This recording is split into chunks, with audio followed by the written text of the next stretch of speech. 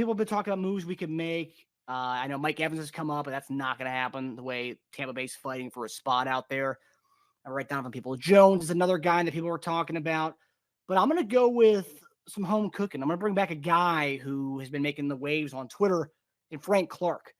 Now, Frank Clark tweeted yesterday something along the lines of something needs to shake up or whatever. And some people are reading that as maybe he can come back home. Maybe Frank Clark can come back to Kansas City. Denver, I think at some point here, they're fielding calls for a lot of guys. Cortland Sutton, Jerry Jeudy, a lot of guys they're fielding calls from right now. And Frank Clark is a guy who really hasn't played much, been injured. But that's a guy that obviously was very close to coming back. I think Veach was talking with Frank Clark when they did their White House visit. And I think this is a guy that now our edge rush, we're going to have Charles Omenihu come back here soon. And I think that edge rush really isn't that big of an issue. However, I think yesterday we're playing against Minnesota, one of the worst O-lines in the league. And we weren't really getting back there that much. We weren't getting that much pressure outside of Chris Jones. It seemed like it was just a lot of Kirk Cousins had all day back there to do his thing. I think Frank Clark already knows the system, and you can never have too many pass rushers. I think San Francisco is a great model for that.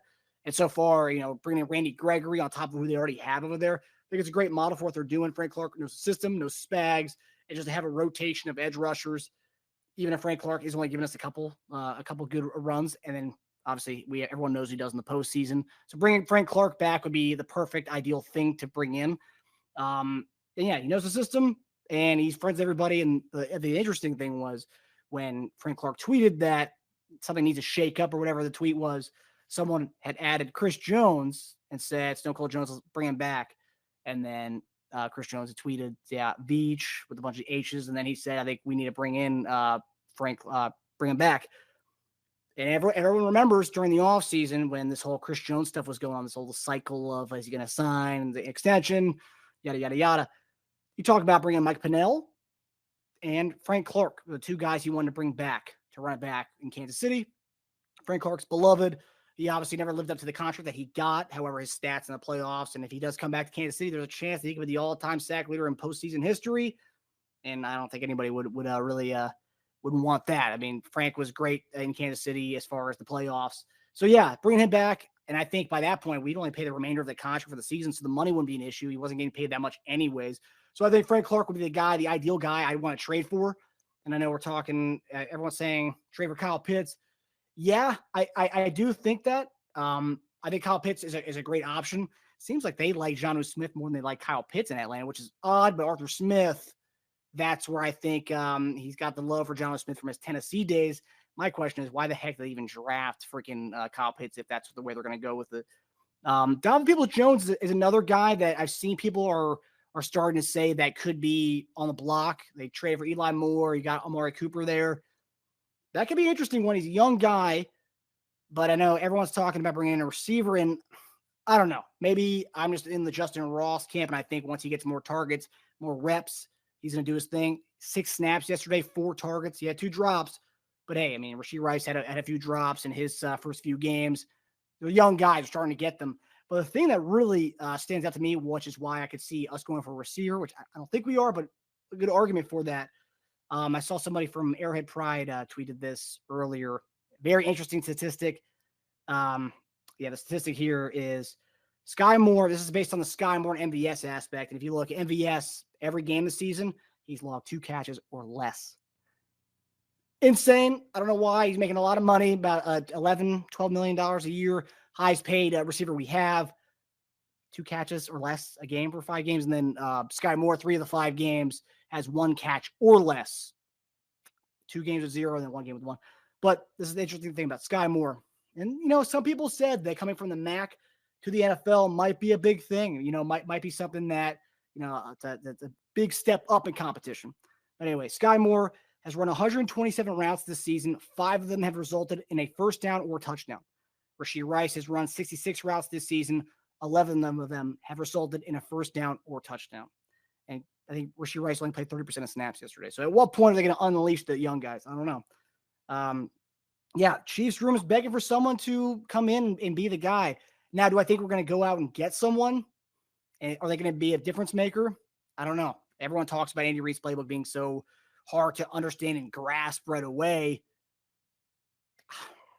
I don't think we're going to get a guy who's a difference maker right off the bat. I don't think so.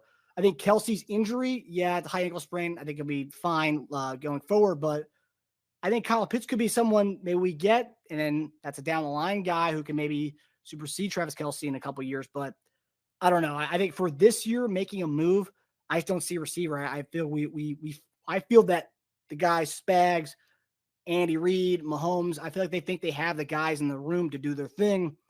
It's just I think we need to maybe change up the snap count a little bit, a little bit of shuffling, and I think the receiver problem's gone because Kelsey goes out yesterday. You see Rashee Rice, you see Justin Ross step up. You see those two guys step up, and I think those guys are the future. Some may laugh at Justin Ross being the future or Rashee Rice being the future, but I think those two guys are the future.